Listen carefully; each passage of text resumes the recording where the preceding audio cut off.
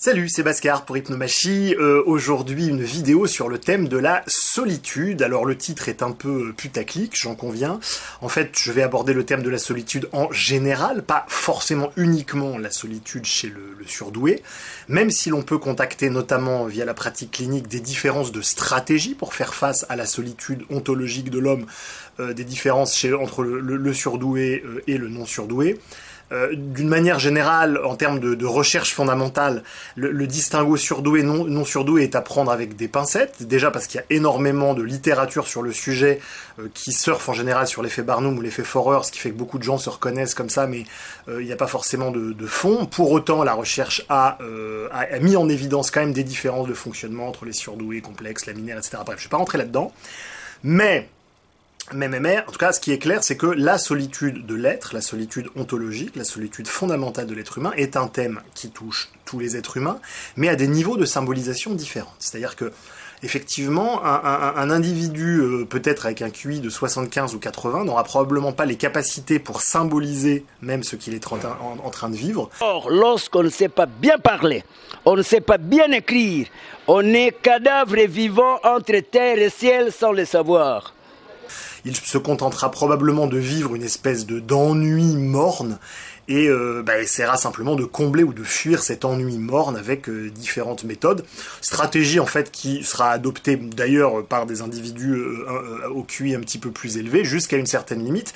Et dans la pratique clinique, on se rend compte qu'énormément de surdoués mettent en place des stratégies beaucoup plus complexes et surtout ont une conscience, en moyenne en tout cas, accrue de ce phénomène de solitude ontologique de l'individu. Voilà. C'est un petit peu ce que je vous racontais dans la vidéo 32 de la chaîne, qui est que face à cette solitude ontologique de l'être, l'individu n'a pas 36 000 solutions. Il peut adopter des stratégies de diversion, donc que ce soit toute la société du spectacle, toute la société de la culture.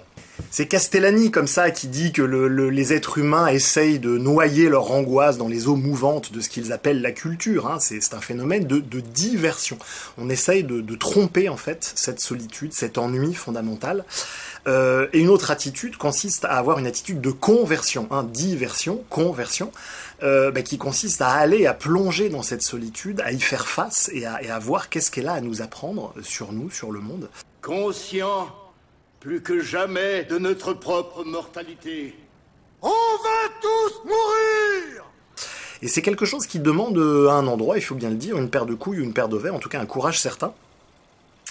Et je vous fais une vidéo sur ce sujet parce que il y a pas longtemps, j'ai énormément de gens comme ça qui m'ont parlé de cette problématique de solitude et qui avaient envie d'avoir mon avis. Et voilà, et donc du coup, je me suis dit, tiens, je vais leur faire une vidéo. Je suis tombé aussi comme ça sur une étude qui concernait 15 étudiants de théâtre à l'université de McMaster au Canada.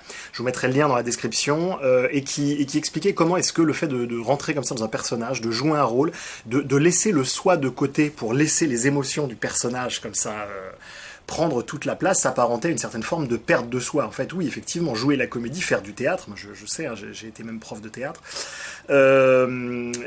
est une transe, en fait. On joue avec les transes hypnotiques. C'est pour ça qu'on disait au Moyen-Âge que les comédiens n'avaient pas d'âme. Hein. C'était justement parce qu'ils se vautraient comme ça dans cette transe hypnotique et donc encourageaient une certaine forme de dualité entre leur soi authentique et le personnage. C'est pour ça que l'Église catholique, à l'époque, avait condamné ça.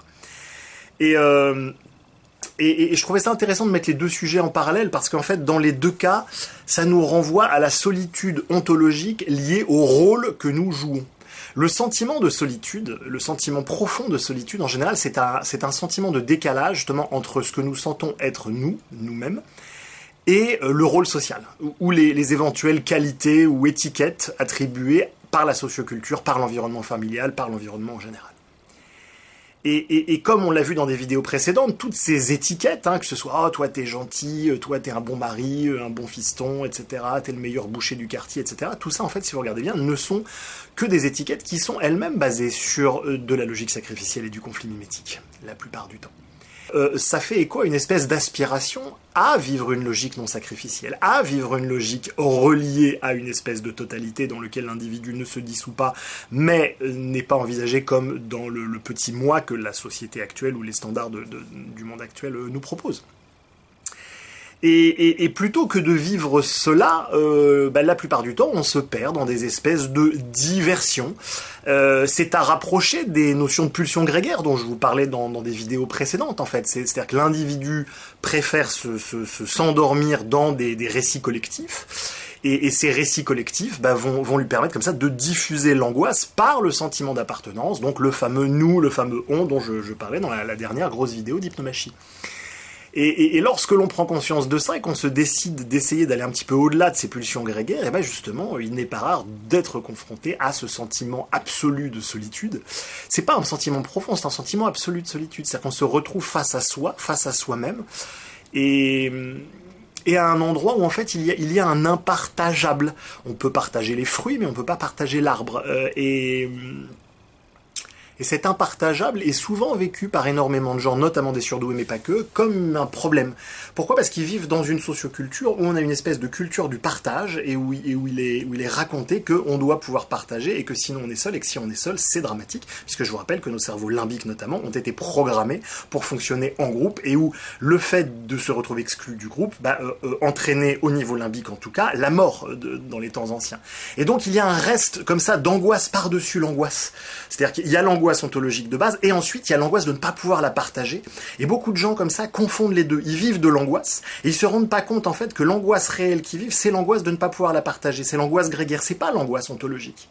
Et comme ces deux angoisses se mélangent, ils ne sont pas forcément au clair sur le fait que justement la solitude ontologique en soi, dans l'absolu, n'est pas un problème. En tout cas, elle peut être surmontée avec les méthodes appropriées, etc., avec le bon angle d'approche.